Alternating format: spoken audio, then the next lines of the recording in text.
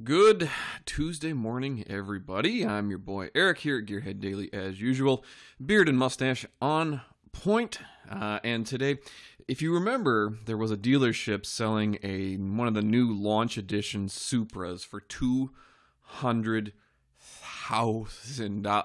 It boggles the mind and makes me faint at the same time to think that a $56,000 car that is not anything special, in my opinion, and doesn't even look that good, and the performance is just meh, would go for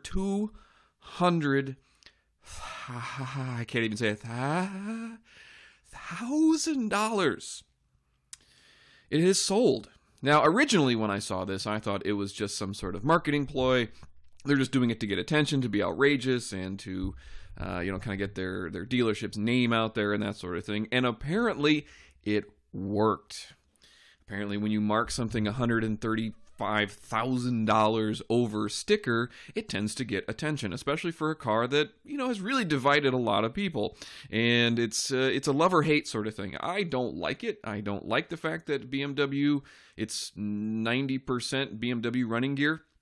And I don't like I really think they really missed the mark here to, really reclaim the Supra badge. Call it a Celica. That would have been fine.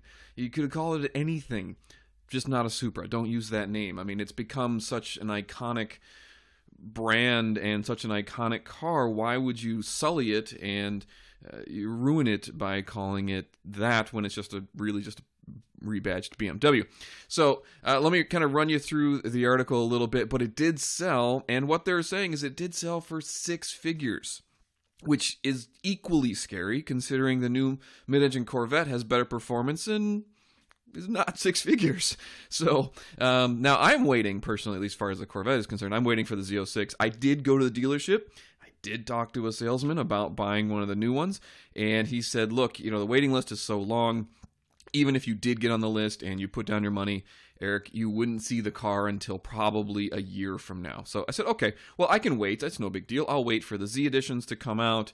And, with typical Corvette stuff, a couple years down the road, prices drop a little bit to be a little bit more reasonable, and you get to have yourself some fun. So, I'm patient. I'll wait. And in celebration, I took out my Centennial Z07 yesterday just for a cool little drive through town, and caused havoc with the neighborhood. So had a little bit of good time there. But so this is the original article, is $198,000. Again, I'm pretty sure it was just a marketing ploy. Look, everybody's advertising it. It's right here. So did it work? Yeah, it worked. Unfortunately, they brought their price back down because other people have tried it, and I think you can go to the the Auto Trader deal here, and you can actually look. A lot of these cars are for sale for in the six-figure range, which again boggles the mind. This kind of car would command such a price. I don't know. It feels like it's just pandering to the FOMO, fear of missing out folks who want to get one of the launch editions. And which, by the way, the launch edition for extra 10 grand or whatever it is, I can't remember the exact price, gets you red side mirrors, some special badges, and some black wheels. That's what it gets you. I'll let that sink in for a second. That's all that gets you. Gets you no more power, no more performance, no creature comforts, nothing. So sorry about that. Had a bit of a barking dog situation here and some fuzz on my camera. Okay. So anyway, yeah, so that launch edition doesn't really get you anything special. It just gets you some red mirrors and some badges.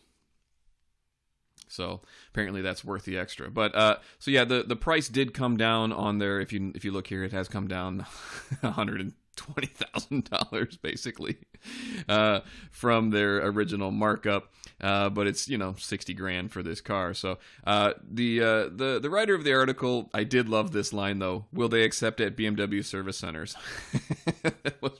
that was pretty good. But what they are saying, and this is, I don't know if this is a sad commentary on kind of where we have come as far as the car world is concerned, but launch editions for some reason don't do a whole lot for me. Like I don't care about a launch edition or anything like that. If it gives me some significant performance improvement, sure, that's why I bought my current Corvette, because it had additional things tacked onto it other than just the Centennial package. It had a nice hood, carbon fiber, nicer brakes, ducting, that sort of thing. So it had more than just aesthetic things that I could do to the car to do that. So it didn't really do much for me. Painted mirrors don't do squat when I can just wrap them, or I can paint them myself. So they did say it did sell for 100 and somewhere in the six figures, which again, sad state of affairs in my opinion, because I have a feeling once they start kind of mass producing these beyond the